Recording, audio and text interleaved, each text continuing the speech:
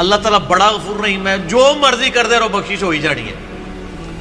تو سر اگر یہ کسی کا کانسیپٹ ہے نا تو اس کو قرآن کی الف بے نہیں پتا. ڈاکٹر اسرار صاحب رحمہ اللہ تعالیٰ میرے استاد ہیں، میں نے ان سے بہت کچھ سیکھا ہے. اللہ تعالیٰ ان کو نیک کاموں کا اجر دے اور ان کی برائیوں سے درگزر فرمائے.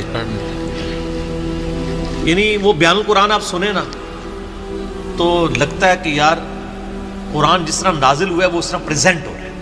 جس نے قرآن نہیں پڑھا نا وہ تو یہی سمجھتا ہے کہ شاید اللہ تعالیٰ کو ایک بوڑھی نانی اماں ہے جس نے یہ لوگ پیدا کیے ہیں اور ایک شغل ملا گیم ہے، اینڈ پہ ساروں کو ہی چھوڑ دے گا. جناب اگر یہ معاملہ ہوتا تو انبیاء اور کتابیں آتی.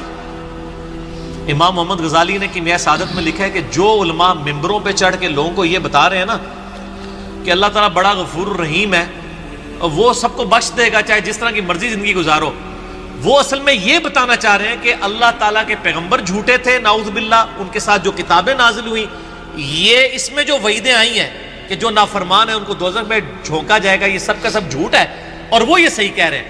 پھر امام غزالی کہتے ہیں ایسے علماء واجب القتل ہیں. میں آج کے کسی میٹھے میٹھے مبلغ کے اوپر قتل کا فتویٰ نہیں لگا رہا. امام غزالی کہہ رہے ہیں کہ جو اس قسم کی رحمت کی آیات سنا سنا کر ان کا غلط مفہوم بیان کر کے خدا سے دور کر رہے ہیں. یہ تو یہودیوں کا یہی تو عقیدہ تھا. سورۃ البقرہ میں آتا نا، وہ کہتے ہیں کہ ہمیں اللہ تعالیٰ چند دنوں کے لیے ڈالے گا دوزخ میں پھر نکال لے گا، ہم تو اللہ کے چہیتے ہیں. اللہ تعالیٰ ماتا تم نے کوئی عہد لیا ہوا ہے اللہ سے؟ سورہ بقرہ شروع میں اسی لیے ہے کہ تم سے ایک پہلے تم سے زیادہ لاڈلی امت تھی، اس حوالے سے کہ اس میں زیادہ پیغمبر آئے، 3 کتابیں نازل ہوئیں، تورات، زبور، انجیل. لیکن جب انہوں نے ہم سے روگردانی کی تو ہم نے دیکھو اسے ضربت علیہم الذلہ والمسکنہ، ان پہ ایسی ذلت اور مسکنت آج تک طاری ہے.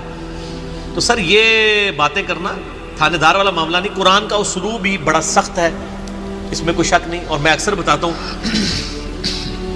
2011 کی بات ہے، ہمارے محلے میں ہی ایک مسجد، یعنی لڑکیوں کا ایک مدرسہ ہے اہل حدیث کا. تو وہاں پہ ایک آنٹی ہیں جو ڈاکٹر فرحت ہاشمی کی کلاس فیلو ہیں، اسٹوڈنٹ نہیں کلاس فیلو ہیں.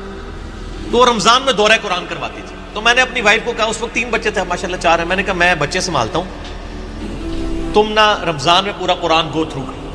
وہ صبح 9 سے لے کے 12 بجے تک ایک پارہ کور کرواتی تھی، پورے رمضان میں قرآن ختم. میں کہا تیری جدی پشتی کسی نے پورا قرآن نہیں ترجمے نال پڑھا ہونا اس طریقے نال، تو تے اللہ دی بندی پڑھ لے.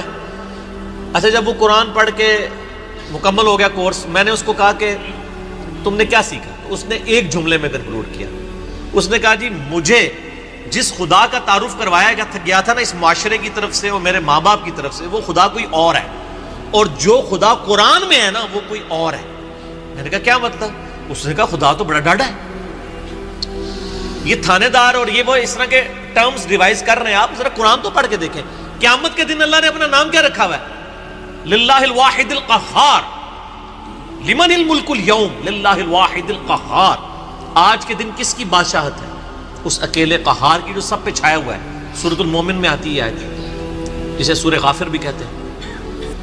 پھر صحیح بخاری میں حدیث ہے، نبی صلی اللہ علیہ وآلہ وسلم ایک چوراہے سے گزرے، کچھ اصحاب جو ہیں وہ ہنس رہے تھے، اب رک گئے. آپ نے فرمایا جو کچھ میں جانتا ہوں نا تم جانتے ہوتے تو بہت کم ہنستے، زیادہ روتے.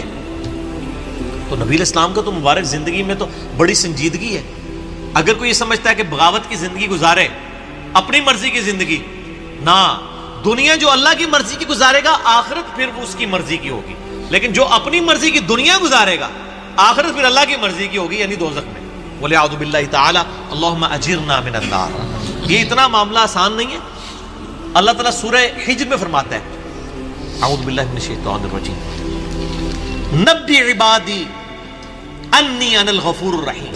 اے نبی علیہ السلام میرے بندوں کو خبر دے دو کہ میں بڑا بخشنے والا مہربان ہوں. لیکن پھر ساتھ ہی فرمایا کہ ان کو یہ بھی بتا دو کہ میرا عذاب وہ بھی بہت سخت ہے. بیلنس کرو.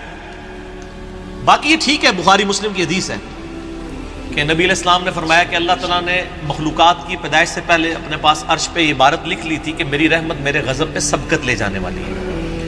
لیکن کس معاملے میں؟ باغیوں کے لیے نہ، ان لوگوں کے لیے جو پوری ایفرٹ پٹ کریں پھر بھی ان سے معاملات سیدھے نہ ہو، اللہ کی طرف رجوع لائیں.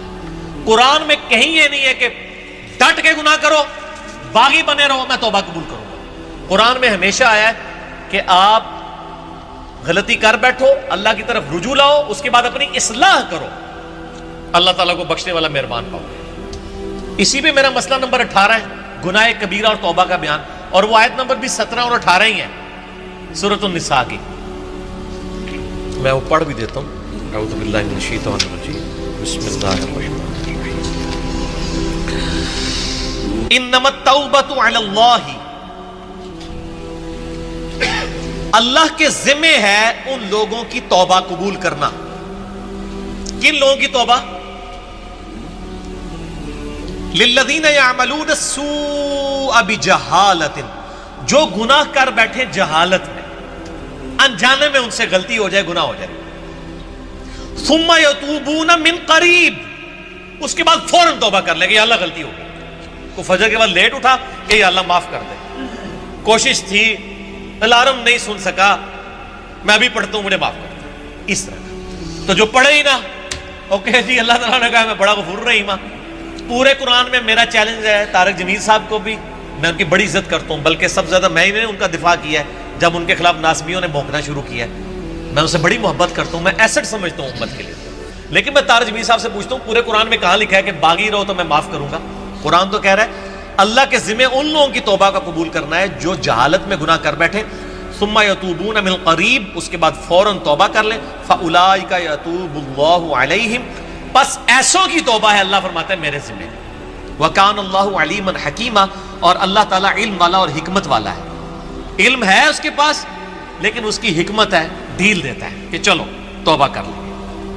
اور اگلی آیت وَلَيْسَتِ التَّوْبَةُ، اور اس کی تو کوئی توبہ قبول نہیں ہوگی، یہ میں نہیں کہہ رہا ہوں طارق جمیل صاحب، یہ اللہ کہہ رہا ہے، للذین یعملون السیئات، جو کہ گناہ کرتا ہے، حتی اذا حضر احدہم الموت، یہاں تک کہ جب اس کی موت کا وقت آ جاتا ہے، قال انی تبت الآن، وہ کہتا ہے یا اللہ میں اب توبہ کرتا ہوں۔